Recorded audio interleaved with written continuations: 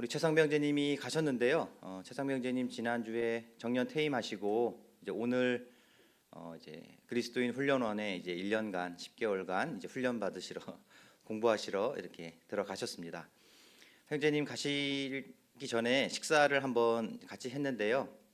제가 형제님한테 그랬습니다. 형제님 가셔서 거기 회장하십시오. 회장하십시오. 가만히 들어보니 형제님 나이가 제일 많으신 것 같던데 회장하십시오. 그리고 가서 뭐 우리 훈련원 보면 이렇게 여행을 많이 다니잖아요. 지역교회 이렇게 방문하고 막 소풍도 하고 그러는데 그러는 거 있으면 주저하지 마시고 강릉교회 가자고 딱 그렇게 세게 말하시라고 저희들이 뒤에서 지원 팍팍 해드리겠다고 이렇게 말씀을 좀 드렸습니다. 우리 모든 성도님들을 위해서 기도하게 되고 또 성도님들이 무슨 일을 하시든지 간에 강릉 명주로교회 모두가 다 그것을 위해서 하나가 되고 뒤에서 밀어드리고 격려하고 끌어들이고 하는 이런 자부심을 좀 가질 수 있게 우리가 그렇게 함께 갈 수 있었으면 좋겠습니다. 우리 창세기 44장입니다.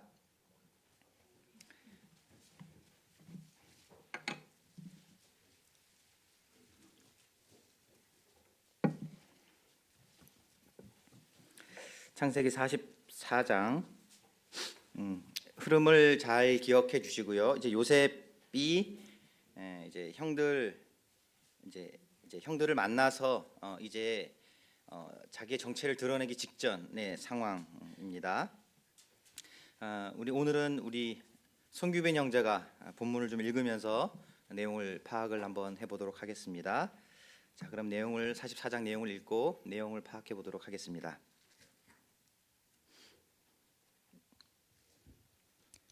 요셉이 그의 집 청지기에게 명하여 이르되 양식을 각자의 자루에 운반할 수 있을 만큼 채우고 각자의 돈을 그 자루에 넣고 또 내 잔 곧 은잔을 그 청년의 자루 아귀에 넣고 그 양식값 돈도 함께 넣으라 하매 그가 요셉의 명령대로 하고 아침이 밝을 때 사람들과 그들의 나귀들을 보내니라. 네, 이 장면이 어떤 장면인지 아시겠죠? 이제 형들과 이제 만나서 만찬을 즐겁게 나눈 후에 그 다음 날 이제 양식을 이제 형들에게 맡기고 형들을 돌려보낼 때 베냐민의 집 안에 이제 자기의 잔을 이렇게 숨겨놓고 보내는 그런 장면입니다. 1절에 보시면 요셉이 그 집 청지기에게 명하여 이르되 이렇게 되어 있잖아요.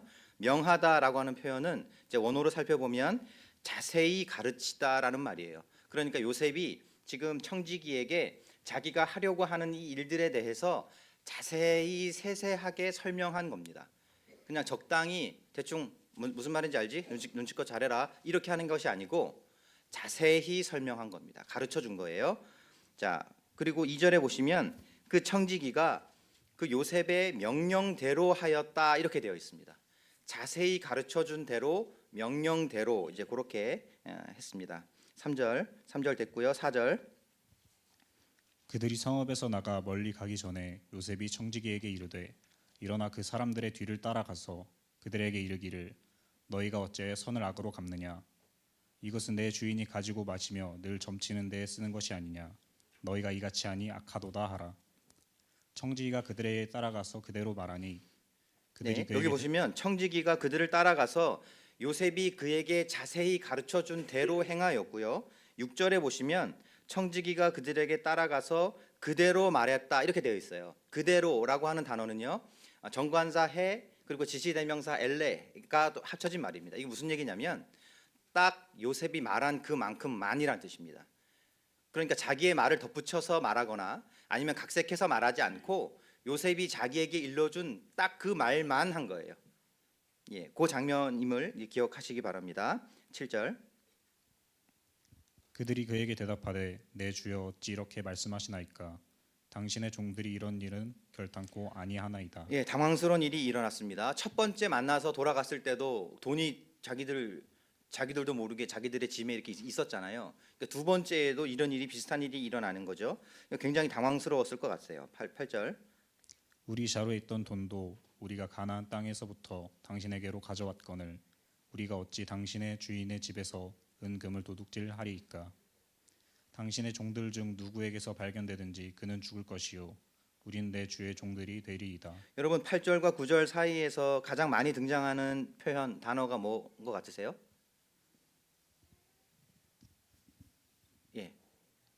잘 모르시겠죠? 우리입니다. 우리라고 하는 말을 이제 형들이 이제 많이 사용하는 거예요. 우리 잘 기억해 주시기 바랍니다. 10절 그가 이르되 그러면 너희의 말과 같이 하리라. 그것이 누구에게서든지 발견되면 그는 내게 종이 될 것이요 너희는 죄가 없으리라. 자, 이것은 이런 것이죠. 자, 쫓아갔어요. 야, 너 어떻게 우리가 너에게 이렇게 선을 베풀었는데 너희는 우리에게 이렇게 악을 행하느냐? 이랬더니 우리는 그런 일을 한 적이 없습니다라고 말을 했어요. 그랬더니 청지기가 이렇게 말을 하는 거예요.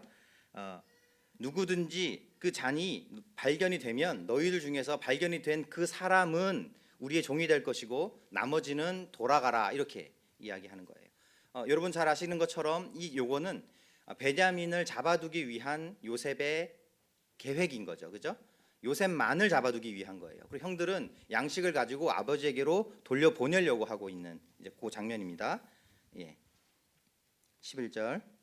그들이 각각 급히 자루를 땅에 내려놓고 자루를 각기 푸니 그가 나이 많은 자에게서부터 시작하여 나이 적은 자에게까지 조사하매 그 잔이 베냐민의 자루에서 발견된지라. 네, 예, 이거 정말 이런 표현이 어떤데요? 미칠 노릇입니다. 이제 급히 자루를 땅에 내려놓고 급히 자루를 11절에 급히 자루를 땅에 내려놓았다는 이야기는 자신 있었다는 이야기예요. 우리는 그런 일을 하지 않았다는 이야기이고요. 그리고 조사했다라고 하는 말은 강의형입니다. 샅샅이 뒤지다 이라는 말이에요. 샅샅이 뒤졌는데 하필이면 반드시 같이 가야 할 베냐민의 자루에서 그 잔이 나온 거예요. 13절. 그들이 옷을 찢고 각기 짐을 나귀에 싣고 성으로 돌아가니라. 자, 그들이 옷을 찢었다라고 되어 있을 때 그들이라고 하는 말은 곧바로라는 말입니다. 그들이 곧바로 옷을 찢었다라는 말이에요. 11명의 형제들이 함께 갔는데 한 명이 지금 이제 걸려들은 거죠. 나머지 10명이 그 잔이 발견된 것을 발견한 즉시 곧바로 10명이 다 약속이나 한 듯이 같이 옷을 찢었다라는 말입니다. 그러니까 그들이 아까 우리라고 하는 단어가 많이 나왔다는 거 기억하시죠? 그러니까 형들이 이 동생이 이렇게 걸려들은 것에 대해서 그 동생을 향한 그 애틋한 마음에 그리고 이 상황적인 마음에 자기 옷을 막 찢는 거예요. 이 애통한 마음을 막 표현하는 것입니다. 네. 14절. 유다와 그의 형제들이 요셉의 집에 이르니 요셉이 아직 그곳에 있는지라 그의 앞에서 땅에 엎드리니. 14절을 원어로 해석하면은요. 유다가 도착했다. 그리고 그의 형제들도 도착했다. 이렇게 나와요. 그러니까 유다가 지금 이제부터 주인공이야라고 성경이 강조하고 있는 것입니다. 유다가 지금 들어갔어. 이제 유다의 역할이 굉장히 중요해. 여러분 잠깐 저를 봐주십시오. 요셉이 애시당초 처음에 애굽으로 팔려갈 때 가장 중요한 역할을 했던 사람이 누굽니까? 유다입니다. 유다가 팔자 그랬어요. 루벤 가장 첫 번째 형이 막았는데 네 번째 아들 유다가 팔자 했을 때 팔아넘긴 사람이에요. 근데 그 사람이 지금 어떤 역할을 할 거야라고 성경이 쫙 하고 딱 드러내주고 있는 거예요. 그 상황이 이해되시죠? 그럼 유다가 지금 뭐 하고 있는지 한번 계속 보겠습니다. 요셉이 그들에게 이르되 15절. 너희가 어찌하여 이런 일을 행하였느냐 나 같은 사람이 점을 잘 치는 줄 너희는 알지 못하였느냐. 유다가 말하되 우리가 내 주께 무슨 말을 하오리이까 무슨 설명을 하오리이까 우리가 어떻게 우리의 정직함을 나타내리이까 하나님이 종들의 죄악을 찾아내셨으니 우리와 이 잔이 발견된 자가 다 내 주의 노예가 되겠나이다. 유다가 이렇게 말합니다. 하나님이 종들의 죄악을 찾아내셨습니다. 일단은 생각해 보시죠. 지금 유다는 이 형제들은 잘못한 게 있습니까 없습니까? 없어요. 자기들이 한 것이 잘못한 게 없어요. 자, 그런데 외부에 의해서 자기들의 잘못이 있다라고 드러났어요. 자, 근데 이 잘못은 누가 드러낸 겁니까? 요셉이 드러낸 거예요. 그렇죠? 그리고 요셉의 청지기가 드러낸 건데 그가 지금 뭐라고 말하냐면 하나님이 드러내셨습니다라고 말해요. 그러니까 유다의 관점이 지금 하나님에게 있다라고 하는 거예요. 어떤 상황을 이해하는 데 있어서 관점을 하나님에게 갖고 갔다고 하는 것입니다. 지금 이러한 상황이 일어난 것은 너 때문이야. 네가 잘못해서 그런 거야 라고 이렇게 생각하는 것이 아니라 모든 것이 다 하나님의 섭리 아래 있는 것이고 하나님이 우리를 지금 이끌고 계시고 하나님이 우리의 잘못을 드러내셨습니다. 어쩌면 유다가요 아주 오래전 20년 이상 전에 자기가 요셉을 팔아 넘겼던 그 일을 드러내고 계시는지 모르겠다라고 생각했을지도 몰라요. 그런 것들을 암시하는 장면이다 이렇게 볼 수 있습니다. 그리고 우리와 16절에 보시면 우리와 이 잔이 발견된 자가 다 주의 노예가 되겠나이다. 자, 17절 읽겠습니다. 읽어 주십시오. 요셉이 이르되 내가 결코 그리하지 아니하리라. 잔이 그 손에서 발견된 자만 내 종이 되고 너희는 평안히 너희 아버지께로 도로 올라갈 것이니라. 자, 유다는 우리가 다 당신의 종이 되겠습니다라고 말했지만 요셉은 그게 아니고 다 돌아가고 베냐민만 남겨 이렇게 이야기를 한 겁니다. 베냐민만 남겨. 자, 계속 보겠습니다. 유다가 그에게 가까이 가서 이르되 내 주여 원하건대 당신의 종에게 내 주의 귀에 한 말씀을 아뢰게 하소서. 주의 종에게 노하지 마소서. 주는 바로와 같으심이니이다. 이전에 내 주께서 종들에게 물으시되 너희는 아버지가 있느냐 아우가 있느냐 하시기에 우리가 내 주께 아뢰되 우리에게 아버지가 있으니 노인이요 또 그가 노년에 얻은 아들 청년이 있으니 그의 형은 죽고 그의 어머니가 남긴 것은 그뿐이므로 그의 아버지가 그를 사랑하나이다 하였더니 주께서 또 종들에게 이르시되 그를 내게로 데리고 내려와서 내가 그를 보게 하라 하시기로 우리가 내 주께 말씀드리기를 그 아이는 그의 아버지를 떠나지 못할지니 떠나면 그의 아버지가 죽겠나이다. 주께서 또 주의 종들에게 말씀하시되 너희 막내 아우가 너희와 함께 내려오지 아니하면 너희가 다시 내 얼굴을 보지 못하리라 하시기로 우리가 주의 종 우리 아버지에게로 도로 올라가서 내 주의 말씀을 그에게 아뢰었나이다.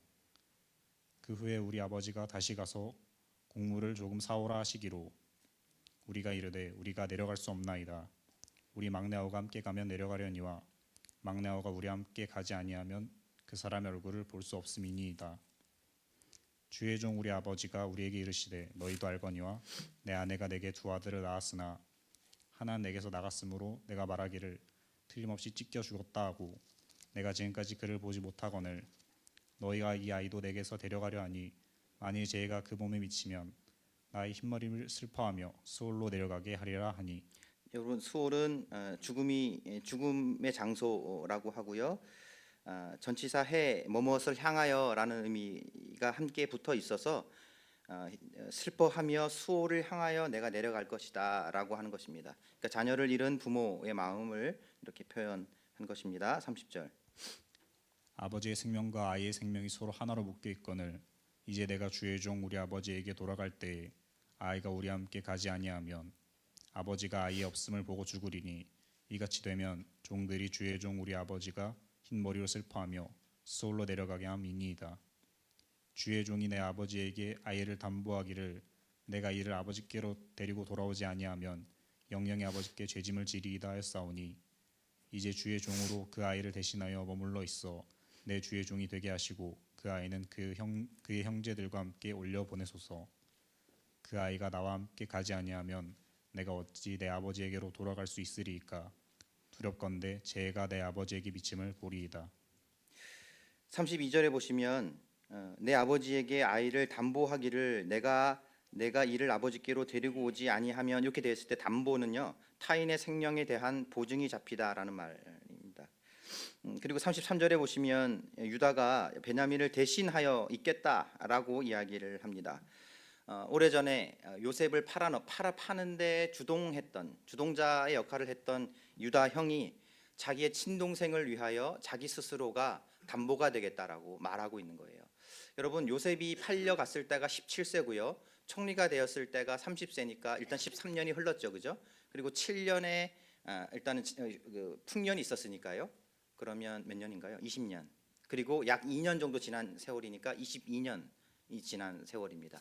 그러니까 섭리의 세월이라고 표현하고 싶은데요. 그 섭리의 세월 22년 동안 하나님께서 유다를 바꿔 놓으신 거예요. 이러한 장면들을 이제 볼 수 있습니다.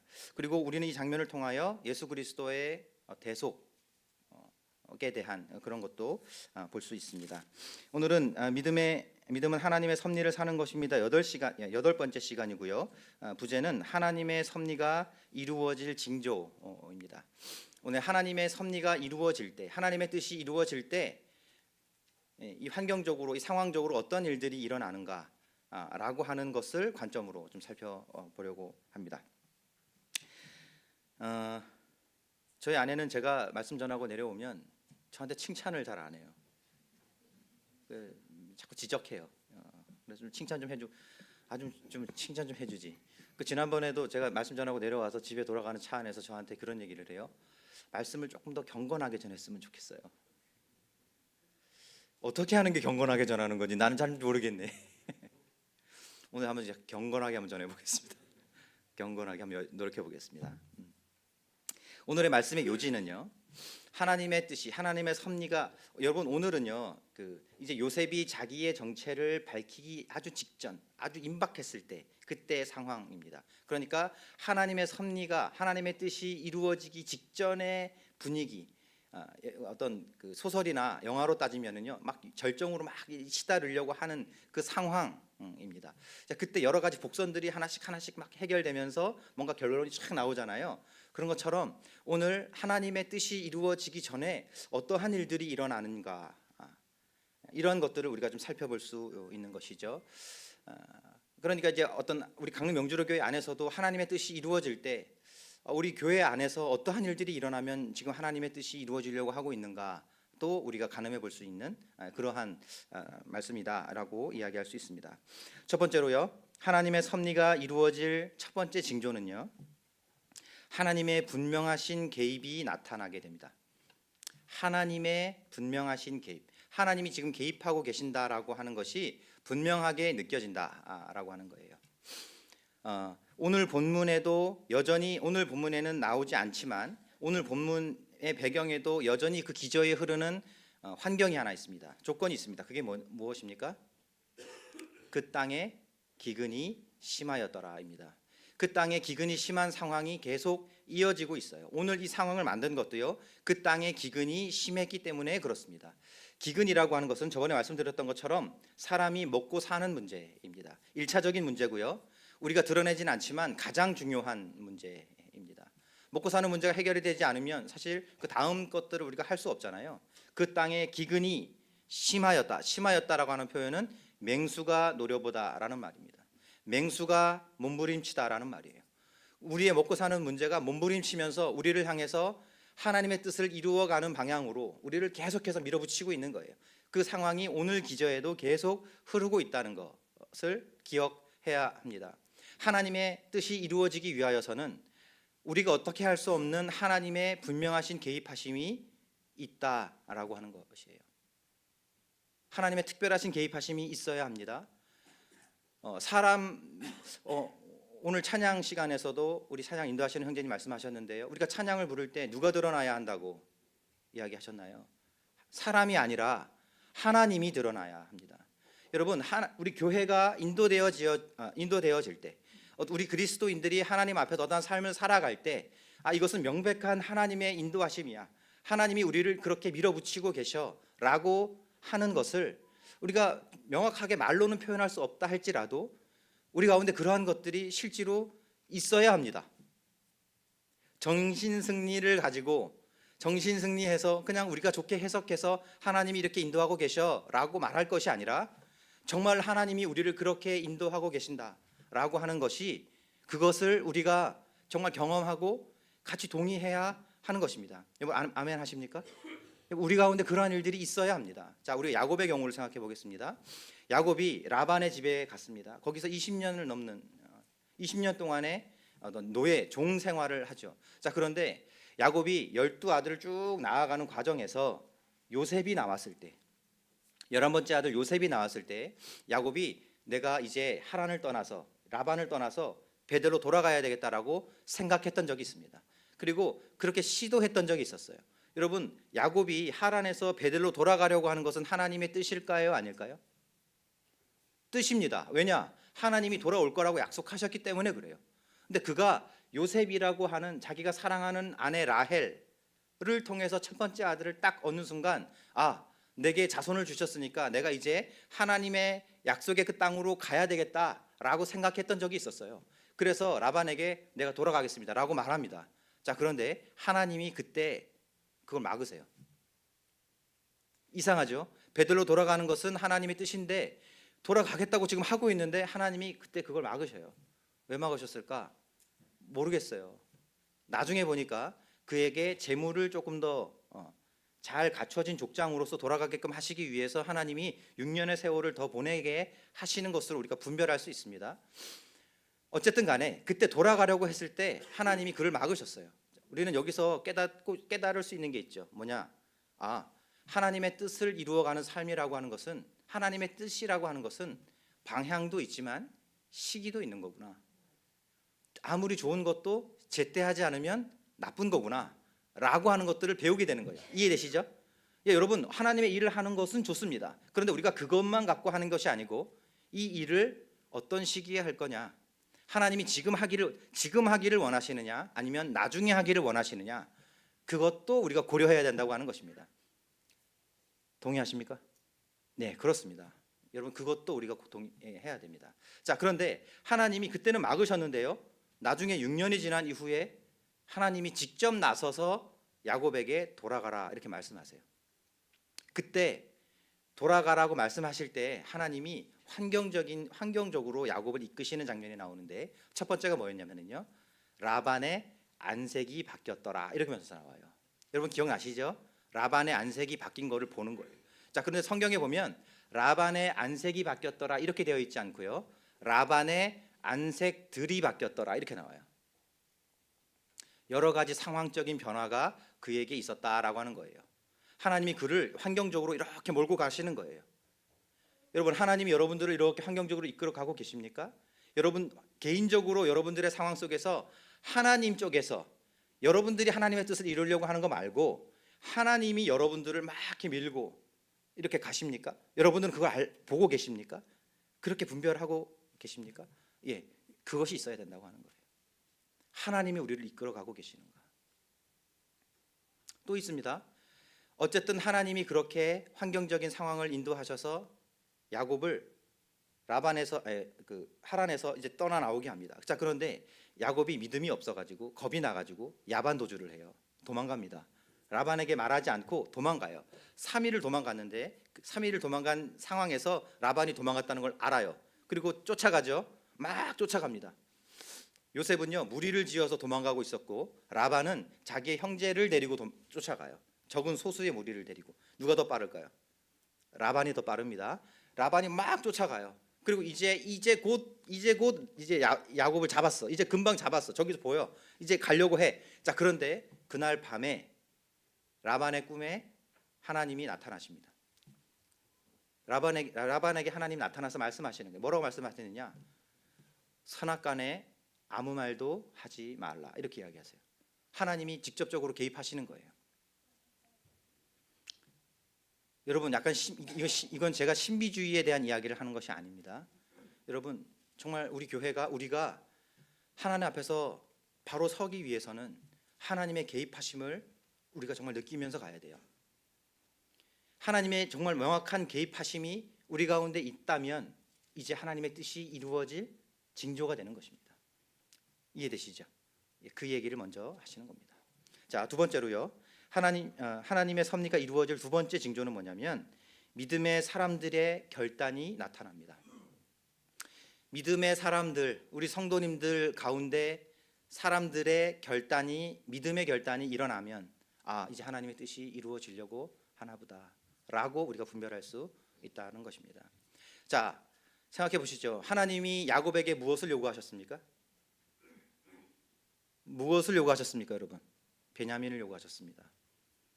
그에게 베냐민은 놓을 수 없는 아들이었어요. 그렇죠? 예, 하나밖에 없는. 물론 12명의 아들이 있었지만 그 중에 하나의 아들에 불과하지만 베냐민은 지금 이 오늘 본문에서 야곱에게는 굉장히 중요한 아들이었습니다. 여기 성경에 오늘 보면 본문에도 나와 있지만은요, 그 베냐민과 야곱은요 인격과 사랑이 연결되어 있다 이렇게 표현되어 있어요. 그냥 한 몸인 거예요.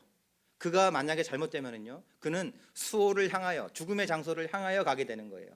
여러분 이해되시죠? 이 상황이. 예, 그걸 요구하셨어요. 그런데 하나님은요 야곱에게 다 필요 없어. 베냐민만 데리고 와. 이 얘기 하셨고요. 야곱은요 하나님에게 하나님 다 좋은데요, 베냐민만 놔두세요 한 거예요. 우리의 삶에 이런 것들이 얼마나 많은지 모르겠어요. 그렇죠? 예. 자, 그런데 야곱이요 하나님 앞에서 베냐민을 내려놓습니다. 내가 자식을 잃으면 이르리로다. 지난번에도 말씀드렸지만 여러분 성경에서 이거보다 큰 믿음의 고백은 없습니다. 내가 자식을 잃으면 이르리로다. 그런데 이 고백을 하신 분이 또 있죠.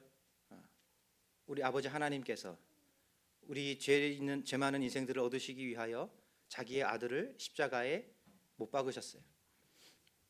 내가 자식을 잃으면 이르리로다. 자, 야곱이 이렇게 하나님 앞에서 믿음의 결단을 내리는 것입니다. 여러분 가만히 보십시오. 우리가 하나님이라고 하나님의 사역 또 하나님의 섭리 앞에서 정말 믿음의 결단을 내리는, 정말 자기의 베냐민을 내어놓고 새로운 믿음의 지경으로 올라가는 그런 성도들이 우리 가운데 일어나고 있는가, 이런 것들을 살펴볼 수 있다라고 하는 거예요. 여러분 모세의 부모는 어땠습니까? 이스라엘 민족을 구원하기 위하여 자기 아들을 이집트 나일 강가에 이렇게 내려놓잖아요, 그죠? 이런 것들도 볼 수 있고요. 사도행전 9장에 가면 사도 바울이 회심했을 때, 그가 눈이 멀고 기도하고 있을 때 아나니아라고 하는 사람을 시켜서 사도 바울을 데리고 오게 하잖아요. 기억하시죠? 아나니아는요, 지금 사도 바울이 잡으러 갔던 사람이에요. 자기를 잡으러 갔던 사람이 지금 눈이 멀어서 저기서 지금 있는데 그 사람을 데리러 자기 목숨을 내어놓고 거길 들어가는 거예요. 그렇게 이방인의 사도가 서는 것이었습니다. 하나님의 섭리가 이루어지기 전에 믿음의 사람들의 결단이 일어나는 것입니다. 자, 질문 드려보겠습니다. 여러분, 믿음의 사람들의 결단은 그 사람이 결단하는 것일까요? 아니면 결단이 되어지는 것일까요? 이럴 때 꼭 두 개 다요 이렇게 얘기하시는 분이 있는데 그러지 마세요. 물론 두 개 다입니다. 물론 두 개 다지만 되어지는 것입니다. 하나님의 은혜에 힘입어, 하나님의 인도하심에 힘입어 결단이 되어지는 것이에요. 세 번째로는요, 하나님의 섭리가 이루어질 세 번째 징조는요, 믿음의 사람들의 성숙함이 나타난다라고 하는 거예요. 성숙함이 나타난다라는 것입니다. 자, 생각해 보겠습니다. 자, 요셉이 팔려가고 지금까지 약 22년의 시간이 흘렀다고 했습니다. 22년 전으로 거슬러 올라가서 야곱의 모습을 생각해 보겠습니다. 그때 야곱은요, 편애하는 아버지였어요. 요셉만 사랑하는 아버지였죠. 요셉에게만 채색 옷을 입혔어요. 여러분, 요셉을 편애했다라고 하는 게 그 자녀들에게 영향을 주었나요? 주었습니다. 어느 정도로 주었냐면요, 서로 죽이려고 할 정도로. 여러분, 이게 이런 겁니다. 이거 되게 무서운 거예요. 편애라고 하는 거는요, 정말 무서운 겁니다. 가까운 사람일수록 편애하는 것은요, 이게 점점 쌓여가는 것이기 때문에 그렇습니다. 게다가 요셉은요, 아주 미운 짓만 골라 했잖아요. 아주 제가 꿈을 꿨는데 제 꿈을 좀 들어보세요. 형들이 저한테 절을 한대요, 글쎄. 뭐 이런 얘기 막 하고 막 그랬었잖아요, 그죠? 여러분 눈치 없이 그러지 맙시다. 여기 꼭 눈치 없는 분들이 이게 경건하지 않다는 건가? 예, 아무튼 그랬습니다. 자, 그런데 20년이 지났어요. 22년 정도가 흘렀습니다. 자, 야곱이 변했습니까? 변하지 않았어요. 여전히 베냐민만 사랑했습니다. 그렇죠? 여전히 베냐민만 싸고 돌았어요. 자, 그리고 그 편애하는 마음이 더 강화되었어요. 왜냐? 요셉이 죽었기 때문에 그래요.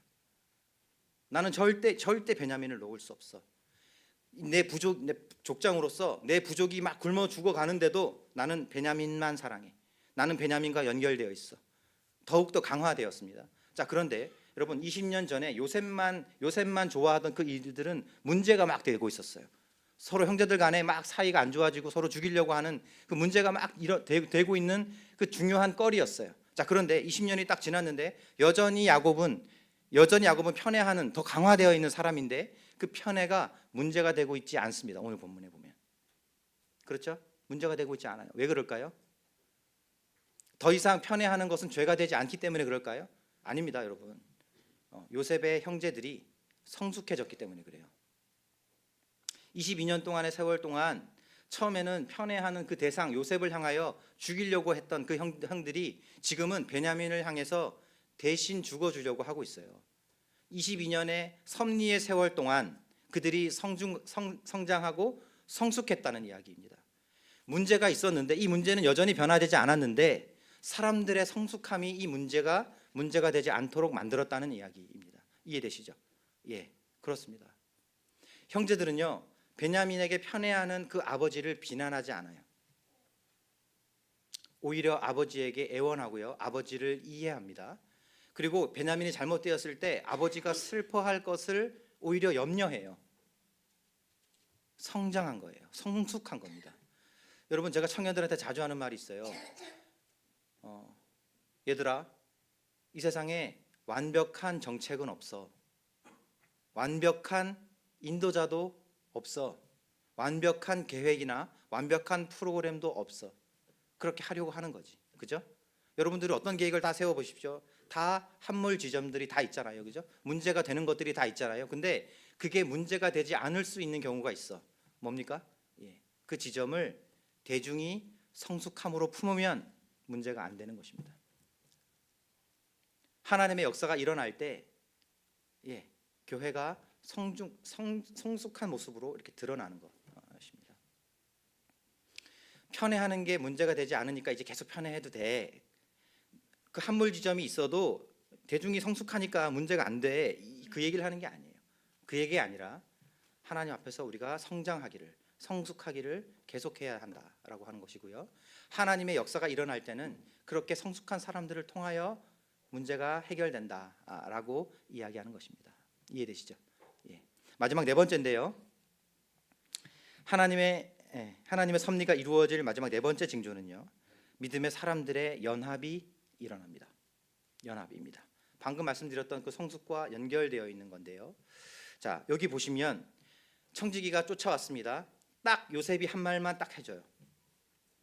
잔이 발견된 사람은 남고 발견되지 않는 사람은 돌아가라. 이렇게 이야기를 해요.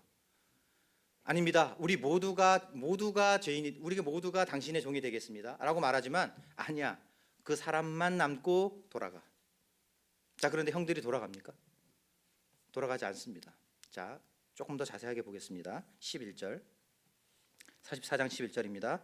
그들이 각각 급히 자루를 땅에 내려놓고 각 자루를 각기 푸니 그가 나이 많은 자에게서부터 시작하여 나이 적은 자에게 조사하매, 여기 조사는 강의형입니다. 샅샅이 뒤지다라는 의미고요. 그 잔이 베냐민의 자루에서 발견된지라. 그들이 옷을 찢고라고 되어 있는데 여기서 그들이 옷을 찢다라고 하는 것은요, 곧바로 옷을 찢다, 곧바로 모두가 동시에 옷을 찢다라는 말이에요. 그 형들이 이 동생을 위해서 같은 마음을 품었다라고 하는 것을 알 수 있고요. 13절 계속 보시겠습니다. 각기 짐을 나귀에 싣고 성으로 돌아가니라. 자, 베냐민만 돌아갔나요? 베냐민만 돌아간 게 아니라 형들이 지금 같이 가줬어요. 니들은 돌아가. 양식도 줬고 다 줬잖아. 이제 돌아가. 그런데 그 베냐민 때문에 하나님의 섭리를 이루기 위하여 형들이 같이 돌아가는 것입니다. 14절 유다와 그의 형제들이 요셉의 집에 이르니. 이제 베냐민의 관점에서 생각을 한번 해보겠습니다. 자, 베냐민도 자기의 짐이 있었고 자기의 자루가 있었을 거예요. 자, 그런데 거기에 잔이 있었다라고 하는 사실을 베냐민은 알았다, 몰랐다? 몰랐다. 그런데 뒤졌어요. 내 잔에서 나왔어요. 정말 초강대국 애굽의 총리가, 그 청지기가 와서 이제 증거까지 나왔어요. 근데 그 청지기가 와서 이렇게 얘기하는 거예요. 너만 남고 가. 자, 그러면 이제 혼자 남는 거예요. 베냐민 입장에서는요. 그래서 울면서 옷을 찢으면서 돌아갑니다. 자, 그런데 이 형들이 돌아가질 않아요. 여러분 생각해 보세요. 예전에 요셉을 팔아넘겼던 형제들이에요. 자, 여러분 요셉의 12아들을 제가 외워보겠습니다. 르시레유단 납갓 아이스 요베입니다. 자, 시작. 여러분 다시 해드릴게요. 자, 르시레유. 네 명의 여인을 통해서 낳은 12아들입니다. 이해되시죠? 요거는 아시겠죠? 레아, 라헬, 비라, 실바입니다. 자, 4명의 아내 있었어요. 자, 그러면 이 형제들이 이 4명의 아내가 이 12명의 아들을 낳을 때 서로 사이가 좋았다, 안 좋았다? 안 좋았어요. 서로 막 경쟁하듯이 아이를 낳았어요. 그러면 이 자녀들이 사이가 좋았을까요, 안 좋았을까요? 안 좋았어요. 자, 그 와중에 야곱은 편애했어요. 이 형제들 사이가 좋았다, 안 좋았다? 안 좋은데 더 안 좋아졌어요. 자, 그 중에 단과 납달리인가요? 이 두 아이는, 이 두 명은요, 빌하의 아들입니다. 빌하의 아들인데 첫 번째 아들 르후벤이 빌하와 동침하는 장면이 나와요. 그러니까 우리 첫째 형이랑 우리 엄마랑 지금 간통한 거예요. 이 12아들이 사이가 좋을 수 있습니까? 없습니까? 없죠. 완전히 막장인 거예요. 이거는 연합할 수가 없어요. 선을 넘어간 거예요. 돌이킬 수 없는 상황으로 넘어가 버렸어요. 이 형제들의 관계가. 그래서 요셉을 팔아 넘기면서도 아무런 마음의 가책을 느끼지 않았어요. 그렇죠? 자, 그런데 섭리의 세월이 지난 이후에 지금 그 형들이 막내 동생을 위해서 사지로 함께 걸어가 주고 있는 거예요. 하나님의 섭리가 일어나려고 하니까 성도들 간의 연합이 일어나고 있다라고 하는 거예요. 여러분 이해되십니까? 예, 하나님의 역사가 일어나기 위하여서는 성도들 간의 연합이 일어나게 됩니다. 부끄럽지만 제 간증을 하나 해도 되겠습니까?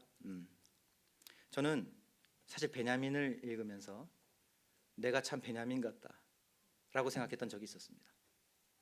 사실 제 자루에 이 잔이 있을 거라고는 생각을 못하고 살았던 것 같아요.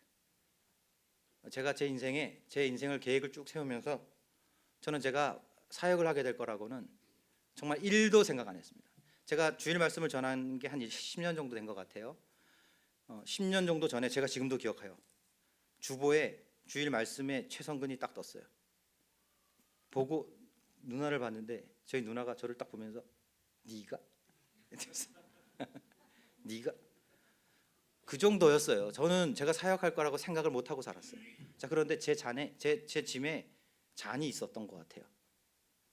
하나님이 너만 와 이렇게 하시는 것 같았어요. 이게 너만 와라는 뜻이 그냥 내가 참 외롭다. 죄송합니다. 이게 사실이 아니에요. 그냥 제 느낌이 그렇다는 거죠. 참 외롭다. 교회 오는 게 참 겁나기도 하고 뭐 부담도 크고 그랬어요. 자, 그런데 그때 그 상황에서 성도님들이 저한테 가장 많이 해주셨던 말씀이 이런 거였어요. 우리 성근 형제님 짐이 많이 무거울 것 같아. 그래서 내가 뭐라도 해야 될 것 같아.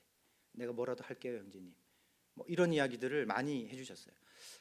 이게 마치 잔이 발견되어서 애굽으로 이렇게 죄인이 되어서 죄인은 아니었지만 저는 죄인이 되어서 끌려가는 그 베냐민을 위해서 같이 가주는 그 형들 같은 느낌. 그렇지 않습니까, 여러분? 그냥 여러 가지 이유를 들어서 그냥 돌아가면 돼요. 아버지가 있으니까 우리는 가볼게. 아버지가 굶고 계셔 하고 형들은 그냥 가면 되잖아요, 그죠? 그런데 형들이 가지 않고 베냐민과 함께 걸어주는 거예요. 그렇지 않습니까? 성근 형제 사역 잘하는지 못하는지 그냥 지켜보고 그냥 적당하게 거리에서 이러시면 되는데 정말 알게 모르게 함께 하고 교회를 위해서 하나님의 섭리를 위해서 이 어떤 뜻을 위해서 함께 걸어가시는 어떤 분이 그런 얘기 하더라고요. 회사는 돈을 받고 다니는데 교회는 돈 내고 다니는 것이라고.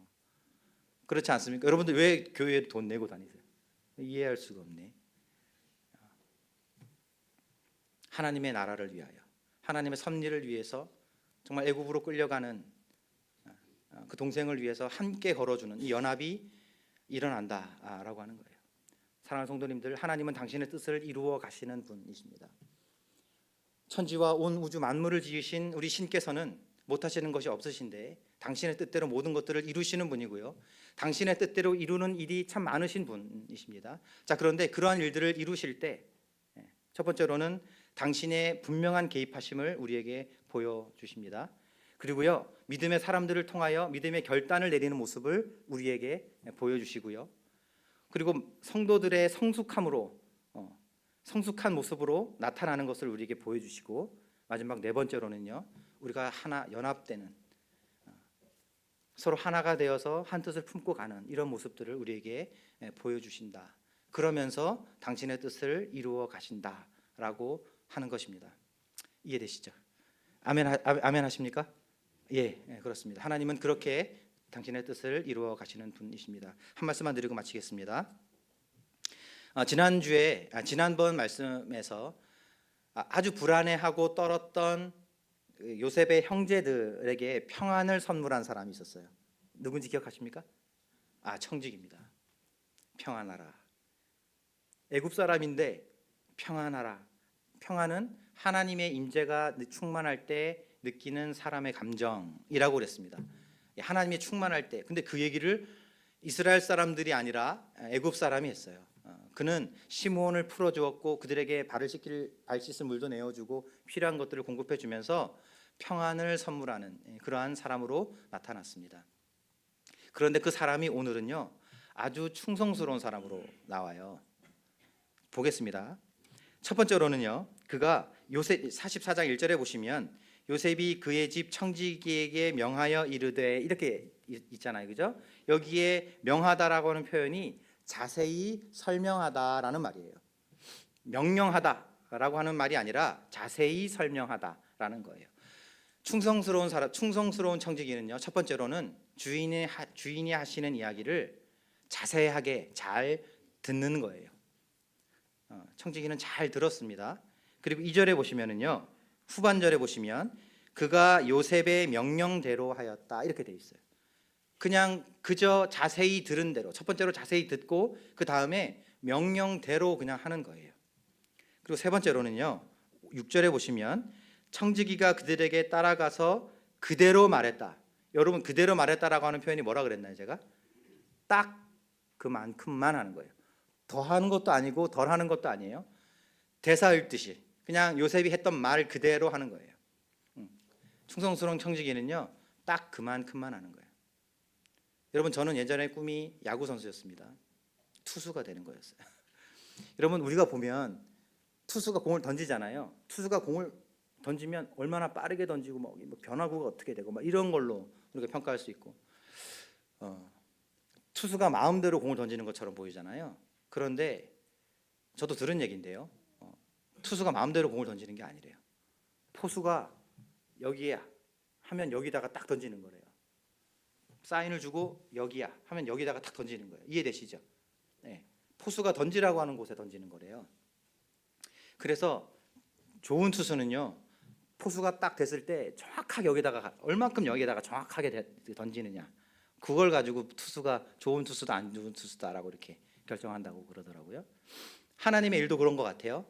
하나님이 여기야 하면 우리는 어디다가 던져야 됩니까? 딱 거기에다가 던지는 것입니다. 하나님이 여기야. 아니, 내 생각은 이쪽인데요, 하나님. 여기야. 그러면 내 생각 던지고 여기다가 던지는 것이죠. 딱 그 얘기만 하는 거예요. 딱 그 역할만 하는 것입니다. 마지막 네 번째로는요, 청지기는 오늘로 여기서 끝납니다. 퇴장한다는 말도 없이 그냥 여기서 더 이상 나오지 않아요. 명한 대로 행하였다고 종에게 살해하겠느냐. 그냥 명령대로 행하고 거기서 끝내는 것입니다. 너희에게 말씀을 일러주고 너희를 인도하던 자들의 종말을 주의하여 보고 그 믿음을 본받으라 이렇게 되어 있잖아요, 그죠? 예, 종말을 주의하여 보고 그가 어떻게 퇴장하느냐. 청지기는요, 딱 그만큼만 하고 이름도 없이 빛도 없이 딱 끝내는 이런 모습을 보여줍니다. 사랑하는 성도님들, 하나님의 섭리 안에서 충성스러운 청지기가 우리 모두 되었으면 좋겠습니다. 기도하시겠습니다.